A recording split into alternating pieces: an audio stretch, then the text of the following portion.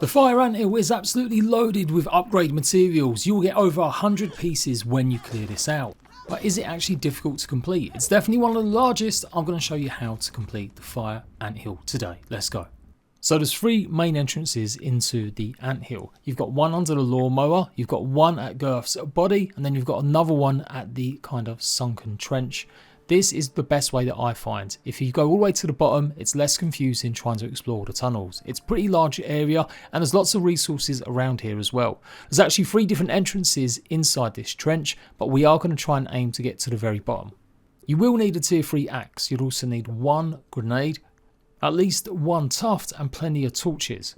You'll need space for 6 different tiers of the rocks. You'll also need space for some spicy cha-chas, mint caps and sour sweets, plus gum and maybe some of the pupa. You'll come across 3 mega milk molars when clearing it out, as well as 2 milk molars plus a scab. So head to this spot here. This is where you'll find the actual entrances into it. Look around for the sour sweet container and make sure you clear this out. You're going to need a lot of space to carry all of the upgrade materials that you're going to get. Once that's done, you can go ahead and start climbing down the big actual trench hole. There are plenty of Black Ox beetles around this area and ladybird larvae, so you might want to make sure you've got the trinket that reduces the ladybird larvae damage, or just plenty of healing items. But first we're going to clear out this outer ring, as this again has another wormhole sour sweet. And then you usually do encounter a few of the ant soldiers up here. Dealing with the ants is pretty simple, as they all take a lot more damage against fresh weapons, and their resistance against spicy, so obviously don't use anything like the Coltana here, unless it's super upgraded. They have also got resistance to chopping and slashing as well, so spears or clubs might be the best bet. Now I was using a pretty formidable poison build on this one, using a rotten larvae blade as well as the rotten berry trinket to give me some extra poison cloud damage alongside the poison nova from my broodmother helmet. Just like all ants, they have a weak point at their eyes. Usually with arrows or bows it hits more effectively. Overall though, you definitely want some sort of tier 3 armor as you go through. You won't encounter as many ants as you would think actually in the tunnels. Certainly not as many as you find maybe in the black anthill or the other regular red anthill. Maybe it's because these tunnels are much larger and so it seems like we don't encounter as many. But yeah, that's what I felt running through. Also, there seems to be an issue at the moment with the fire ants getting kind of stuck up top, trying to get into a place that simply hasn't got an entrance. But pretty much we're clearing out each level. So go into this little gulch, take care of the soldier ant if it's here. And once that's done, you can go and get an absolute ton of the quartzite shards. There's a ton of the tier 1 and 2 quartzite, but especially the tier 3 supreme. So you do want to bring a couple tufts with you, maybe for this drop just to make sure you don't take any damage, but drop onto the milk molar and make sure you grab it. When you get to the bottom layer, you probably will be attacked by another couple of the soldier ants, and look out for the swole scab that's underneath obviously the head there. Pick up the supreme marble, and now we're going to actually start venturing into the caves themselves.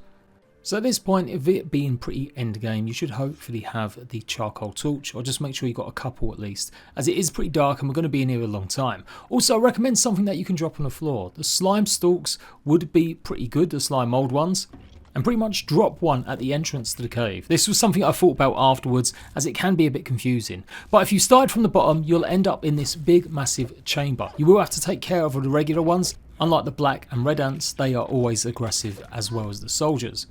Now spicy safety is very good for certain creatures, but not these. These actually inflict chopping damage. So there's nothing really to protect it against that explicitly, but you certainly don't want to be using spicy safety since it doesn't really offer much more.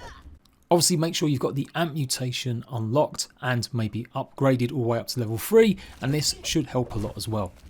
You can see I am using a slashing weapon here, so it probably wasn't the best idea, but this poison build was particularly strong. So this is where you're going to need that tuft of grass to do a bit of a parkour puzzle. But before we get to that, obviously clear out all of the rocks here. Again, absolute loads of the marble pieces here.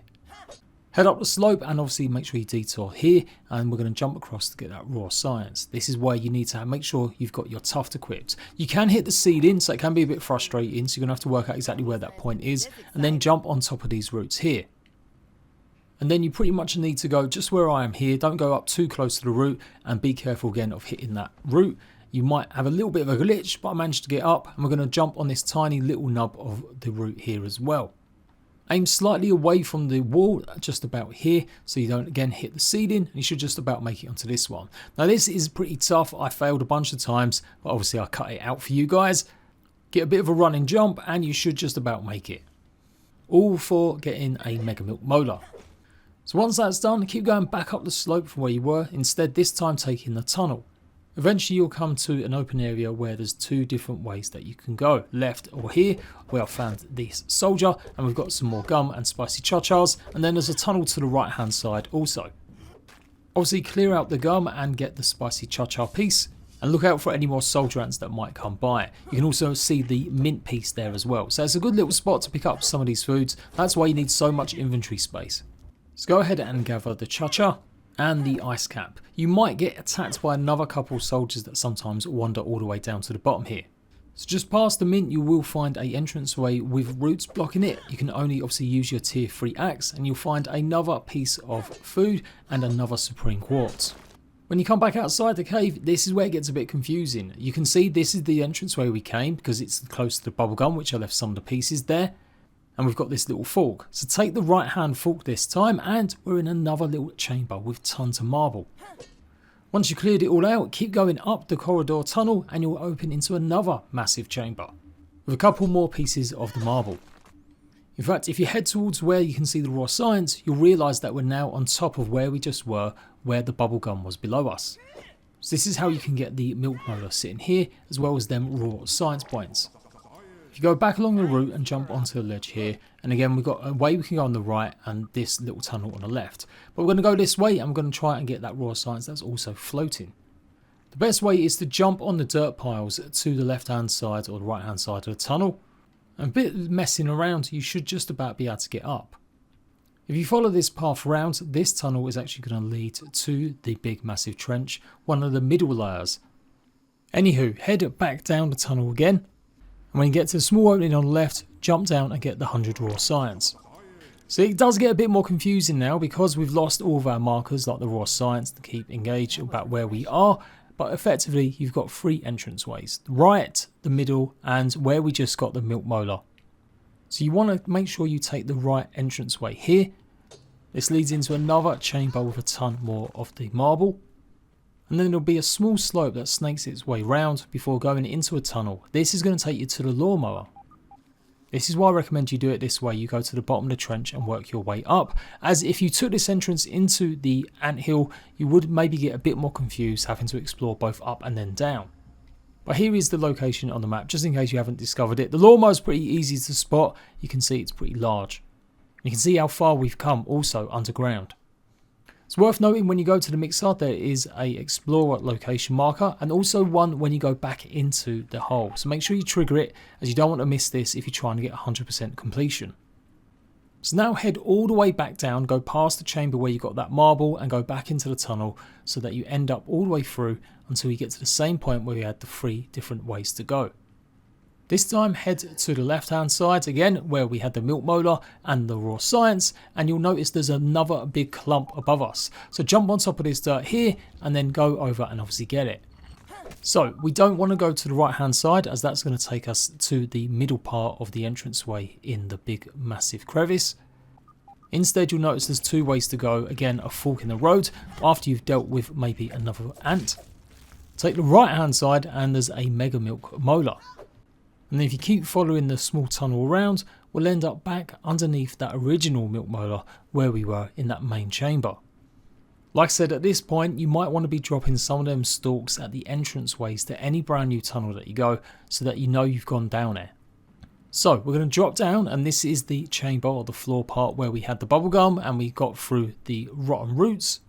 So we've effectively cleared one side. Now we're going to go up this slope and start clearing the rest of the hill. You can jump up this side as well and you'll find some more upgrade rocks. Clear all these out and then you've got a bunch of different ways to go. Some will lead directly back into that chamber we just were, and another one's going to lead us to another entrance to the fire ant hill.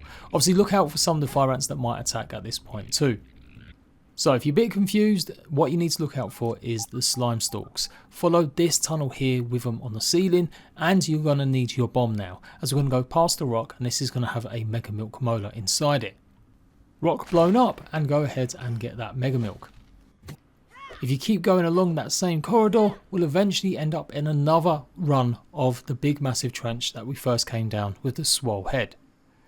I just find this the most functional way to explore all the caves. Obviously you can do what you want to do, but obviously if you're having trouble finding all of the stuff, then yeah, you might want to do exactly how I did it. Head all the way back down where we were, and now this time we're going to be looking for a cave to the right hand side, past where you got all of them rocks. Again, it might be guarded by some more of the ants. You should notice as you run up the corridor there will be some roots. This is like a little small detour, and again it's filled with some more upgrade rocks. So grab the Supreme Quartzite and keep following it around. You'll come across another 2 or 3 of just the regular Quartzite tier 2 before coming to another part where the roots are blocking the way. This just leads back onto the corridor that we were originally exploring. So for some reason, if you don't have a tier 3 axe, it's pretty much missing out on a whole bunch of materials. Another thing to help make sure don't lose the way is that you can see some of the pupa hanging. This usually means at the entranceway you'll find some of this. So it's a good idea to maybe leave it, or at least one piece, so that you know that you've been here before or not. But if you do keep going back up this tunnel, again you'll encounter some more of the soldier ants and possibly even a ladybird. This is where they sometimes come into the tunnel. Once it's dead, you'll come up near the body of Girth, missing his head. And that is it, that's the last entrance into the fire ant tunnel. Here's the location of it on the map if you want to explore this way. And just a final look at the other 2 entranceways as well. And that is pretty much it, a whole ton of materials, Mega Milks, Milk Molars and a Scab. You're well used to fighting ants by now, I'm sure, and they're not that tough as long as you have got the right mutations on and some sort of fresh weapon. Go check out all my other ultimate guides to Grounded, and I'll see you ratbags later.